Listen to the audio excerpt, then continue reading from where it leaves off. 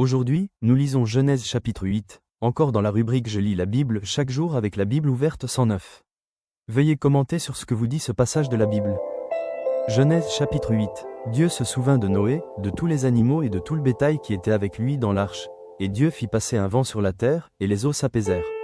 Les sources de l'abîme et les écluses des cieux furent fermées, et la pluie ne tomba plus du ciel. Les eaux se retirèrent de dessus la terre, s'en allant et s'éloignant, et les eaux diminuèrent au bout de 150 jours. Le 7e mois, le 17e jour du mois, l'arche s'arrêta sur les montagnes d'Ararat.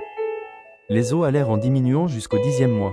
Le 10e mois, le 1er jour du mois, apparurent les sommets des montagnes. Au bout de 40 jours, Noé ouvrit la fenêtre qu'il avait faite à l'arche.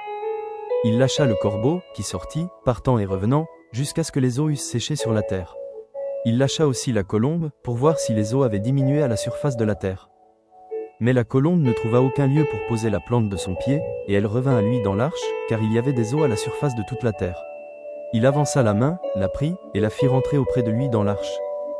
Il attendit encore 7 autres jours, et il lâcha de nouveau la colombe hors de l'arche. La colombe revint à lui sur le soir, et voici, une feuille d'olivier arrachée était dans son bec. Noé connut ainsi que les eaux avaient diminué sur la terre. Il attendit encore 7 autres jours, et il lâcha la colombe. Mais elle ne revint plus à lui.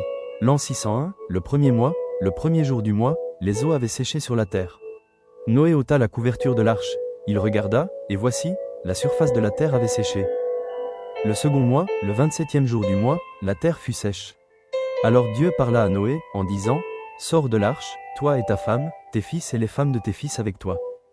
Fais sortir avec toi tous les animaux de toute chair qui sont avec toi, tant les oiseaux que le bétail et tous les reptiles qui rampent sur la terre, qu'ils se répandent sur la terre, qu'ils soient féconds et multiplient sur la terre. » Et Noé sortit, avec ses fils, sa femme, et les femmes de ses fils. Tous les animaux, tous les reptiles, tous les oiseaux, tout ce qui se meut sur la terre, selon leurs espèces, sortirent de l'arche.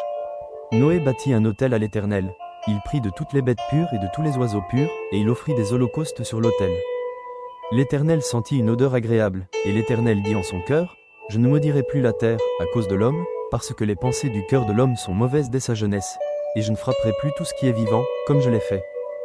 Tant que la terre subsistera, les semailles et la moisson, le froid et la chaleur, l'été et l'hiver, le jour et la nuit ne cesseront point. »